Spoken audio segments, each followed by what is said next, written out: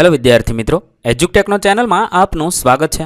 આજે આપણે શીખીશું ધોરણ 9 વિષય સામાજિક વિજ્ઞાનની તારીખ 26/9/2024ના રોજ લેવાયેલી એકમ કસોટીની સંપૂર્ણ પ્રશ્ન બેંકનું સોલ્યુશન। વિદ્યાર્થી મિત્રો, તમારી એકમ કસોટી આ પ્રશ્ન બેંકમાંથી પૂછાઈ હશે। અહીંયા આપણે સમગ્ર પ્રશ્ન બેંકનું સોલ્યુશન શીખવાના છીએ। તમારી એકમ કસોટીના પ્રશ્નો આ પ્રશ્ન બેંકના સોલ્યુશનમાં આવી જશે। તો ચાલો શીખીએ સામાજિક વિજ્ઞાનની એકમ કસોટી સોલ્યુશન। અહીંયા છે આજરોજ લેવાયેલી એકમ કસોટીની પ્રશ્ન બેંક નંબર 3 છે। સામાજિક વિજ્ઞાન તારીખ 26/9/2024। વિભાગ એ જોઈએ, યોગ્ય જોડકા જોડો। કોઈ પણ બે જોડવાના છે। અહીં આપણે દરેક જોડકા શીખીશું। 1 સ્વાતંત્ર્ય સંગ્રામ, તેને જોડીશું સી ઈસવીસન 1857 સાથે। 2 બંગાળના ભાગલા, જવાબ થશે એ ઈસવીસન 1905। 3 મુસ્લિમ લીગ, જવાબ થશે બી ઈસવીસન 1906। 4 રોલેટ એક્ટ, તો કાળો કાયદો। 5 જલિયાવાલા બાગનો હત્યાકાંડ 1919। 6 ચૌરી ચૌરાનો બનાવ, ગોરખપુરમાં થયો હતો। 7 અરવિંદ ઘોષ, ગુજરાતમાં સશસ્ત્ર ક્રાંતિની ભૂમિકા। 8 મગનલાલ ધીંગરા, જવાબ થશે જી વિલિયમ વાયલીની હત્યા। 9 સૌપ્રથમ રાષ્ટ્રધ્વજ ફરકાવનાર, મેડમ કામા। 10 ભાગલા પાડો અને રાજ કરો, તો અંગ્રેજો। આ રીતે લખીશું। ત્યારબાદ નીચેના પ્રશ્નોના 1-2 શબ્દોમાં જવાબ લખો। કોઈ પણ 2 લખવાના હતા। અહીં આપણે દરેક પ્રશ્નોના જવાબ લખીએ। 1 ભારતને નદીઓને કેટલા ભાગમાં વહેંચવામાં આવી છે? 2 ભાગમાં વહેંચવામાં આવી છે। 2 નદી પરિવહનની કેટલી અવસ્થાઓ છે? 3 અવસ્થાઓ છે। 3 મોસમી નદીઓ કઈ કઈ છે? બનાસ, સરસ્વતી અને રૂપેણ। ત્યાર પછી 4 સિંધુ નદીની લંબાઈ કેટલા કિલોમીટર છે? 2900 કિલોમીટર છે। 5 બાંગ્લાદેશમાં ગંગા નદીને કયા નામે ઓળખવામાં આવે છે? પદ્માના નામે ઓળખવામાં આવે છે। 6 ગંગા નદીનું ઉદ્ગમ સ્થાન કયું છે? ગંગોત્રી, હિમાલયમાં આવેલું છે। ત્યારબાદ 7 રાજસ્થાનમાં ખારા પાણીનું સરોવર કયું છે? સાંભર સરોવર। 8 પૃથ્વીની સપાટી પર આશરે કેટલા ટકા પાણી પીવાલાયક છે? 1%। 9 સંયુક્ત રાષ્ટ્રનું સૌથી મોટું અંગ કયું છે? સામાન્ય સભા છે। 10 લાકડાની ભારી અને કુહાડી કયા પક્ષનું પ્રતીક છે? ફાસિસ્ટ। ત્યારબાદ નીચેના પ્રશ્નોના આપેલા વિકલ્પોમાંથી સાચો વિકલ્પ પસંદ કરી જવાબ લખવાના છે। 1 નીચેનામાંથી યોગ્ય જોડકું પસંદ કરવાનું છે। સાચો જવાબ થશે સી ઇટલી ફાંસીવાદ, જર્મની નાજીવાદ, ચીન સામ્યવાદ અને જાપાન લશ્કરવાદ। ત્યારબાદ 2 મને ઓળખો, આનો જવાબ થશે એ આંતરરાષ્ટ્રીય મજદૂર સંસ્થા। 3 નીચે દર્શાવેલા દેશોમાંથી સંયુક્ત રાષ્ટ્રોની સલામતી સમિતિનો સભ્ય નથી, તો ભારત। 4 જો યુક્રેન અને રશિયા બંને દેશો વચ્ચેના પ્રશ્નોના નિરાકરણ માટે શાંતિપૂર્ણ માર્ગે આગળ વધી યુદ્ધ રોકી અદાલતમાં જાય તો તેઓ કઈ અદાલતમાં પોતાનો પ્રશ્ન લઈ જશે? જવાબ થશે આંતરરાષ્ટ્રીય અદાલત હેંગમાં। ત્યારબાદ 5 ધરી રાષ્ટ્રો એટલે શું? જવાબ થશે જર્મની, ઇટલી અને જાપાન, જે ધરી રાષ્ટ્રો કહેવાય છે। ત્યારબાદ નીચે આપેલી ખાલી જગ્યામાં યોગ્ય વિકલ્પ પસંદ કરી જવાબ લખવાના છે। 1 બંગાળ પ્રાંતના ભાગલા ખાલી જગ્યાએ પાડ્યા હતા, વાઇસરોય કરઝને। 2 મુસ્લિમ કોમવાદના પિતા ખાલી જગ્યાને કહેવાય, મિન્ટોને કહેવાય છે। 3 ભારતમાં ક્રાંતિકારી નિવૃત્તિની શરૂઆત ખાલી જગ્યાએ કરી હતી, સી વાસુદેવ બળવંત ફડકે। 4 સ્વરાજ્ય મારો જન્મસિદ્ધ હક છે, તેને લઈને જ હું સંપીશ, આ મંત્ર બાળ ગંગાધર તિલકે આપ્યો હતો। 5 જલિયાવાલા બાગનો હત્યાકાંડ કેટલા લોકો મર્યા હતા? 379। ત્યારબાદ વિભાગ બી જોઈએ। નીચે આપેલા કોઈ પણ 3 પ્રશ્નોના આશરે 15 થી 35 શબ્દોમાં જવાબ લખવાનો છે। સવાલ નંબર 1 રાષ્ટ્રસંઘની નિષ્ફળતાના કારણો। રશિયા, જર્મની, ઇટલી, જાપાન વગેરે દેશો રાષ્ટ્રસંઘમાંથી નીકળી ગયા, તેથી એ દેશોની યુદ્ધખોર અને આક્રમણકારી પ્રવૃત્તિઓ પર અંકુશ મૂકવાનું રાષ્ટ્રસંઘ માટે અશક્ય થયું। સવાલ નંબર 2 હિટલરે કઈ સંધિને કાગળનું ચિત્રું કહીને ફગાવી દીધી? કેમ? વાર્સેલ્સની સંધિ જર્મની માટે અત્યંત કડક અને અપમાનજનક હતી। જર્મનીના સરમુખ ત્યારે હિટલરે વાર્સેલ્સની સંધિને કાગળનું ચિત્રું કહીને ફગાવી દીધી। આ સંધિ દ્વારા જર્મનીને આર્થિક, રાજકીય અને લશ્કરી દ્રષ્ટિએ કચડી નાખવામાં આવ્યું હતું। 3 સંયુક્ત રાષ્ટ્રોના કેટલા અને કયા કયા અંગો છે? સામાન્ય સભા, સલામતી સમિતિ, આર્થિક અને સામાજિક સમિતિ, વાલીપણા, આંતરરાષ્ટ્રીય અદાલત, સચિવાલય, આ બધા અંગો સંયુક્ત રાષ્ટ્રોના છે। ત્યારબાદ 4 દ્વિતીય વિશ્વયુદ્ધનો પ્રારંભ ક્યારે અને કેવી રીતે થયું? જર્મનીના સરમુખત્યાર હિટલરની સામ્રાજ્ય લાલસાને કારણે યુરોપમાં યુદ્ધનું વાતાવરણ સર્જાયું. સપ્ટેમ્બર 1939ના દિવસે હિટલરે પોલેન્ડ પર આક્રમણ કર્યું. બ્રિટન અને ફ્રાન્સે જર્મનીને આ યુદ્ધ તાત્કાલિક બંધ કરવા ચેતવણી આપી, પરંતુ જર્મનીએ તેની અવગણના કરી. તેથી બ્રિટન અને ફ્રાન્સે પોલેન્ડના રક્ષણ માટે જર્મની સામે યુદ્ધ જાહેર કર્યું. આ રીતે દ્વિતીય વિશ્વયુદ્ધની શરૂઆત થઈ. 5 ઠંડુ યુદ્ધ એટલે શું? દ્વિતીય વિશ્વયુદ્ધ પછી વિશ્વના રાજકારણમાં અમેરિકા તરફી અને રશિયા તરફી એ બે પરસ્પર વિરોધી વિચારસરણીવાળા સત્તા જૂથ રચાયા. વિશ્વના નાના નાના રાષ્ટ્રો પોતાની અનુકૂળતા મુજબ આ બંને સત્તા જૂથમાં જોડાયા. આ બંને સત્તા જૂથોએ એકબીજાના મતના ખંડન માટે તેમજ પોતાના મતના સમર્થન માટે વાક અને વિચાર યુદ્ધો કરી શસ્ત્રો વગરની જે તંગ રાજકીય પરિસ્થિતિનું નિર્માણ કર્યું તેને ઠંડુ યુદ્ધ કહેવામાં આવ્યું છે. ત્યારબાદ 6 વીટો પાવર એટલે શું?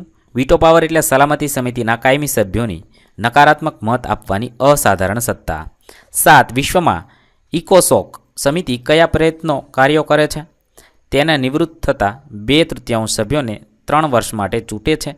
આ સમિતિ ધર્મ, જાતિ, પ્રદેશ કે ભેદભાવ વગર વિશ્વના રાષ્ટ્રની પ્રજાઓનું જીવન ધોરણ ઊંચું લાવવાનો પ્રયત્ન કરે છે. આ સમિતિ તેની પેટા સમિતિઓ વિશ્વભરમાં કાર્ય કરે છે.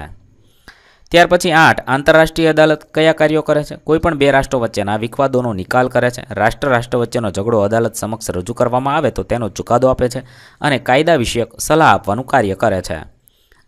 9 નીચે આપેલ સંસ્થાનું પૂરું નામ?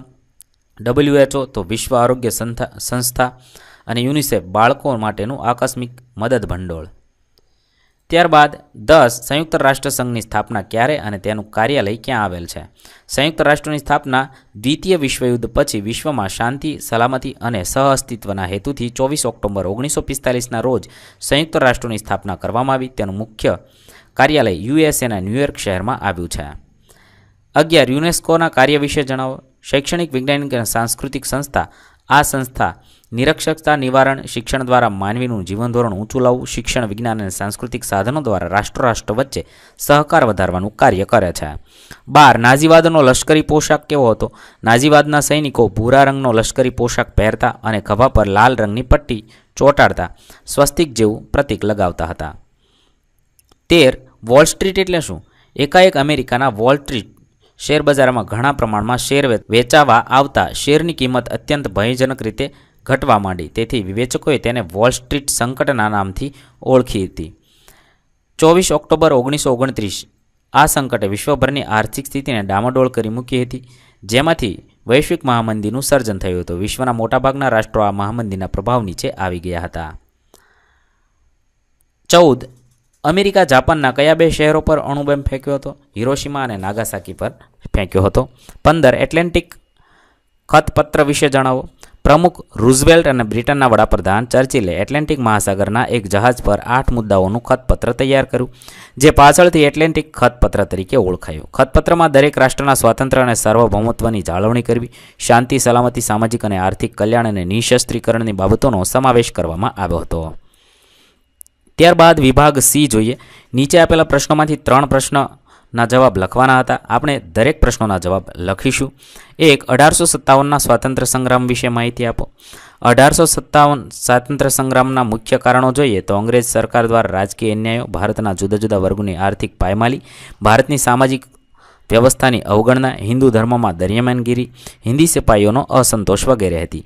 1857ના સંગ્રામનું સૌથી મહત્વનું કારણ હતું ભારતીય સૈનિકોનો અસંતોષ. ભારતીય લશ્કરમાં દાખલ કરાયેલી એનફિલ્ડ નામની રાઇફલ 1857ના સંગ્રામનું તાત્કાલિક કારણ હતું. 1857ના સંગ્રામમાં જગદીશપુરના રાજા કુંવરસિંહે, કાનપુરના પેશવા નાના સાહેબે, તાત્યા ટોપે, ઝાંસીની રાણી લક્ષ્મીબાઈ, બહાદુર ખાને, મુગલ બાદશાહ બહાદુર શાહે, અવધના નવાબની બેગમ હજરત મહાલે મહત્વનો ભાગ ભજવ્યો હતો. વિશેષ તમે ડિટેલમાં આ મુજબ જવાબ લખી શકો છો. ત્યારબાદ 2 બંગાળના ભાગલા ક્યારે અને કોણે પાડ્યા, શા માટે? વિશાળ બંગાળ પ્રાંતમાં વહીવટી કાર્યક્ષમતા લાવવાના બહાના હેઠળ ઈસવીસન 1905માં તે સમયના વાઇસરોય કર્ઝને બંગાળના પૂર્વ બંગાળ અને પશ્ચિમ બંગાળ એમ 2 ભાગ પાડ્યા હતા. આની પાછળ કર્ઝનનો ઈરાદો સમગ્ર ભારતમાં સૌથી વધારે જાગૃત બંગાળી પ્રજાની, હિન્દુ અને મુસ્લિમ પ્રજાની કોમી એકતા તોડવાનો હતો. 3 અસહકારનું આંદોલન શા માટે મોકૂફ રાખવામાં આવ્યું? ગાંધીજી બ્રિટિશ સરકાર સામે અહિંસક આંદોલન ચલાવવાના આગ્રહી હતા. 5 ફેબ્રુઆરી 1922ના રોજ ઉત્તર પ્રદેશના ગોરખપુર જિલ્લાના ચોરાચોરી ગામમાં લોકો હિંસાને માર્ગે વળ્યા. તેમણે પોલીસ ચોકીમાં ભરાયેલા 21 પોલીસોને જીવતા સળગાવી દીધા. આંદોલનમાં હિંસા થતાં ગાંધીજીને ખૂબ દુઃખ થયું. અહિંસક લડત માટે લોકો હજુ તૈયાર નથી એમ તેમને લાગ્યું. આથી તેમણે અસહકારનું આંદોલન મોકૂફ રાખ્યું હતું. 4. જલિયાવાલા બાગના હત્યાકાંડ વિશે નોંધ લખો. બ્રિટિશ સરકારના દમનનો તેમજ લોકપ્રિય નેતાઓ ડૉક્ટર સત્યપાલ અને ડૉક્ટર કીચલુની ધરપકડનો વિરોધ કરવા 13 એપ્રિલ 1919ના રોજ વૈશાખી પૂર્ણિમાના દિવસે અમૃતસરના જલિયાવાલા બાગમાં એક જંગી સભા ભરાઈ. બાગને ફરતે 1.5 મીટર જેટલી ઊંચી દિવાલ હતી. બાગની વચ્ચે અવાવરું કૂવો હતો. બાગમાં જવા માટે ફક્ત એક જ સાંકડો રસ્તો હતો. 5. ગુજરાતમાં થયેલી ઉગ્ર ક્રાંતિકારી ચળવળો. તો કેટલીક ક્રાંતિકારી ચળવળો થઈ હતી તે તમે આ મુજબ જવાબ લખી શકો છો. વિદ્યાર્થી મિત્રો, વિડીયો ખૂબ જ લાંબો થવાને કારણે હું સંપૂર્ણ જવાબ વાંચીશ નહીં. લાંબા જવાબ તમે વિડીયો પોઝ કરી જવાબ લખી શકો છો.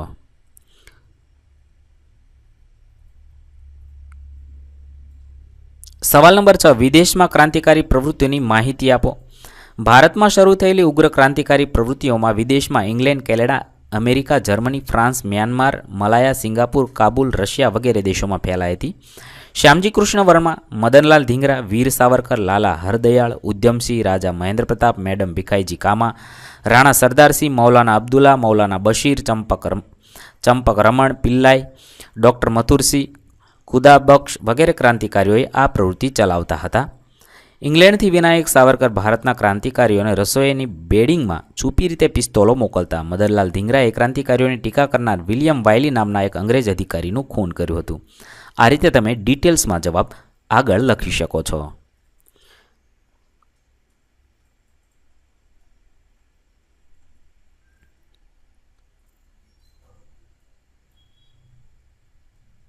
સવાલ નંબર 7. ગાંધીજીનું ભારતમાં આગમન ક્યારે થયું હતું? વિગતે સમજાવો. ગાંધીજી દક્ષિણ આફ્રિકામાં રંગભેદ વિરુદ્ધ સત્યાગ્રહની લડત સફળ રીતે લડીને પાછા ફર્યા. 1915માં તેમના રાજકીય ગુરુ ગોપાળકૃષ્ણ ગોખલે અને આધ્યાત્મિક ગુરુ શ્રીમદ ભગવદ રાજચંદ્ર પાસેથી પ્રેરણા મેળવી. ગાંધીજીએ ઘણા ખરા ભાગોનો પ્રવાસ કરી હિંદના જીવનને ઓળખવાનો પ્રયાસ કર્યો. હિન્દુસ્તાનની ગરીબીનું મૂળ અંગ્રેજો દ્વારા થતા શોષણને કારણભૂત ગણી હિંદમાંથી બ્રિટિશ શાસનને નાબૂદ કરવાના ઉપાયો વિચાર્યા હતા. 8. સ્વરાજ્ય પક્ષ વિશે ટૂંક નોંધ લખો. અસહકાર આંદોલનને કારણે લોકોમાં આવેલી રાજકીય જાગૃતિને ટકાવી રાખવાના હેતુથી ચિત્તરંજન દાસ મુનશી અને મોતીલાલ નહેરુએ ઈસવીસન 1923માં સ્વરાજ્ય પક્ષની સ્થાપના કરી હતી. તેના વિશે ડિટેલમાં તમે આ મુજબ લખી શકો છો. વિડીયો લાંબો થવાને કારણે વિડીયો પોઝ કરી જવાબ લખી શકો છો.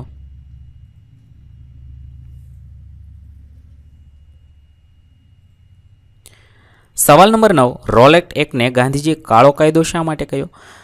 ભારતમાં અંગ્રેજ સરકારે રાષ્ટ્રવાદીઓ અને ક્રાંતિકારીઓ પર દમન ગુજારવાના ઉદ્દેશથી ઇંગ્લેન્ડના કાયદાપ્રધાન રોલેટના અધ્યક્ષપદે ઈસવીસન 1919માં રોલેટ એક્ટ ઘડ્યો. આ એક્ટ મુજબ અંગ્રેજ સરકારને શાંતિ અને સલામતીના નામે કોઈપણ વ્યક્તિની કારણ દર્શાવ્યા વિના ધરપકડ કરવાની તેમજ અદાલતમાં કેસ ચલાવ્યા વિના અનિશ્ચિત મુદત સુધી જેલમાં પૂરી રાખવાની સત્તા આપવામાં આવી. તેથી ગાંધીજીએ રોલેટ એક્ટને કાળો કાયદો કહ્યો હતો.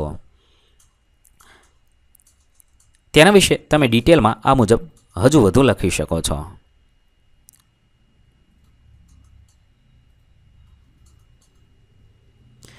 ત્યારબાદ સવાલ નંબર 10. ચૌરી ચૌરાના બનાવ વિશે નોંધ લખો. 5મી ફેબ્રુઆરી રોજ 1922ના દિવસે ઉત્તર પ્રદેશના ગોરખપુર જિલ્લાના ચૌરી ચૌરા ગામે વિદેશી કાપડ અને દારૂની દુકાન પર શાંતિથી પેકેટિંગ કરી રહેલા લોકો પર પોલીસે ગોળીબાર કર્યો અને રાઇફલોમાંથી ગોળીઓ ફૂટી ગઈ ત્યારે તેઓ પોલીસ ચોકીમાં ભરાઈ ગયા અને પોલીસોના દમનથી ઉશ્કેરેલા લોકોએ હિંસાને માર્ગે વળ્યા. તેમણે પોલીસ ચોકીને આગ લગાડી. તેમાં 21 પોલીસો મૃત્યુ પામ્યા. આ હિંસક પ્રસંગથી ગાંધીજીને ખૂબ દુઃખ થયું. સવાલ નંબર 11. સ્વદેશી ચળવળ વિશે સમજાવો. વાઇસરોય કરઝન દ્વારા વિશાળ બંગાળ પ્રાંતના વહીવટી કાર્યક્ષમતા લાવવાના બહાના હેઠળ પૂર્વ બંગાળ અને પશ્ચિમ બંગાળ એમ 2 ભાગ પાડ્યા હતા.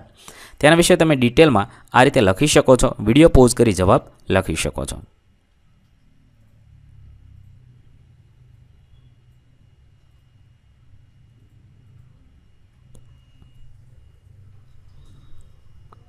ત્યારબાદ સવાલ નંબર 12. ખિલાફત ચળવળ વિશે ટૂંક નોંધ લખો. પ્રથમ વિશ્વયુદ્ધ દરમિયાન તુર્ક જર્મનીના પક્ષે જોડાયું. તેથી ઇંગ્લેન્ડના વિજય પછી તેની સાથે જે સંધિ કરવામાં આવી હતી તે શરતો અત્યંત કડક અને અન્યાયી હતી. તુર્કીનો સુલતાન એ વખતે ઇસ્લામ ધર્મના ખલીફા એટલે કે ધાર્મિક વડા હતા. તેણે જે કડક શરતો લદાયેલી તેનો વિરોધ કરીને હળવી કરવા માટે ભારતમાં જે ચળવળ થઈ તેને ખિલાફત ચળવળ કહેવાય છે. અહીંયા છે મારે જવાબમાં થોડી ટાઈપિંગ મિસ્ટેક થઈ છે. જ્યાં ફ છે ત્યાં ક થયા છે, ત્યાં તમારે ફ કરવા, ખલીફા, અહીંયા ખિલાફત, આ રીતે જવાબ લખવા. વિડીયોને પોઝ કરી જવાબ લખી શકો છો. સવાલ નંબર 13, ઉગ્ર ક્રાંતિકારી ચળવળનો ઉદ્ભવ અને વિકાસ વર્ણવો. તો જવાબમાં લખીશું બંગભંગ આંદોલન ઈસવીસન 1907માં સુરતમાં ભરાયેલ કોંગ્રેસ મહાસભા સભાના અધિવેશનમાં કોંગ્રેસના જહાલ અને મવાળ એમ બે ભાગલા, કોંગ્રેસની માત્ર ઠરાવો, વિનંતીઓ અને આજીજી કરવાની પદ્ધતિનો પ્રબળ વિરોધ વગેરે સંજોગોને કારણે ભારતમાં ઉગ્ર ક્રાંતિકારી ચળવળ ઉદ્ભવી હતી, જે તમે આ મુજબ ડિટેલમાં લખી શકો છો. મવાળવાદી અને જહાલવાદી વિચારધારાવાળા નેતાઓ વિશે આ મુજબ લખી શકો છો.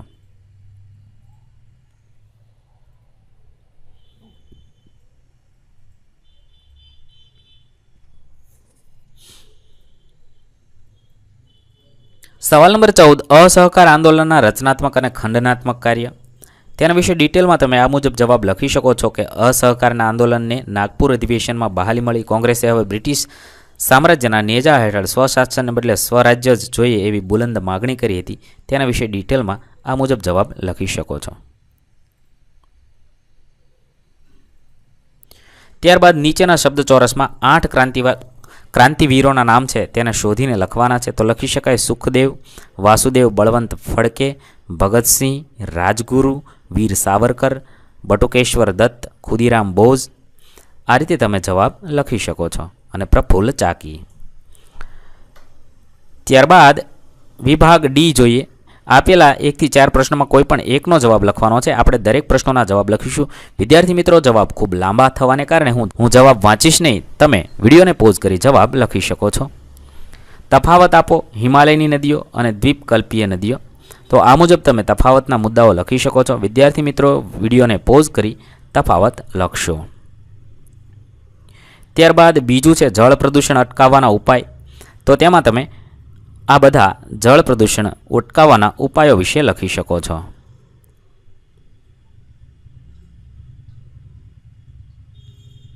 સવાલ નંબર 3, સરોવરો આપણને કઈ કઈ રીતે ઉપયોગી બને છે સમજાવો. ભારતના કેટલાક સરોવરો નદીઓના ઉદ્ભવ સ્થાન છે, જેમ કે અમરકંટક સરોવરમાંથી નર્મદા નીકળે છે. આવી રીતે વિવિધ મુદ્દાઓ લખી જવાબ લખી શકો છો. સવાલ નંબર 4, ગંગા નદી પ્રણાલી વિશે વિસ્તૃત નોંધ લખવાની છે. હિમાલયના ગંગોત્રીમાંથી નીકળતી અલકનંદા અને ભગીરથી નદીઓનો સંગમ દેવપ્રયાગ પાસે થાય છે. ત્યાંથી તેમનો સંયુક્ત પ્રવાહ ગંગા નામે ઓળખાય છે. તે હરદ્વાર પાસે મેદાનમાં પ્રવેશે છે.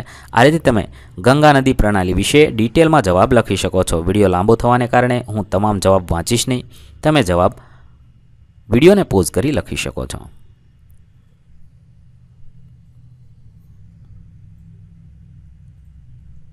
સવાલ નંબર 5, ગોદાવરીને દક્ષિણની ગંગા કહે છે, કારણ આપો.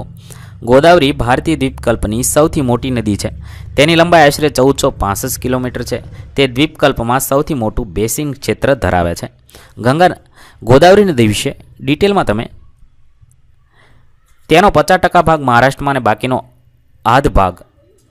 બાકીનો ભાગ આંધ્રપ્રદેશ, મધ્યપ્રદેશ, છત્તીસગઢ અને ઓડિશામાં છે. ગોદાવરીની શાખા નદીઓમાં પૂર્ણા, માંજરા, પેનગંગા, વર્ધા, વેનગંગા, પ્રાણહિતા અને ઇન્દ્રાવતી મુખ્ય છે. ગોદાવરી તેના લાંબા માર્ગને વિસ્તૃત બેસિનને કારણે દક્ષિણની ગંગા કહેવાય છે.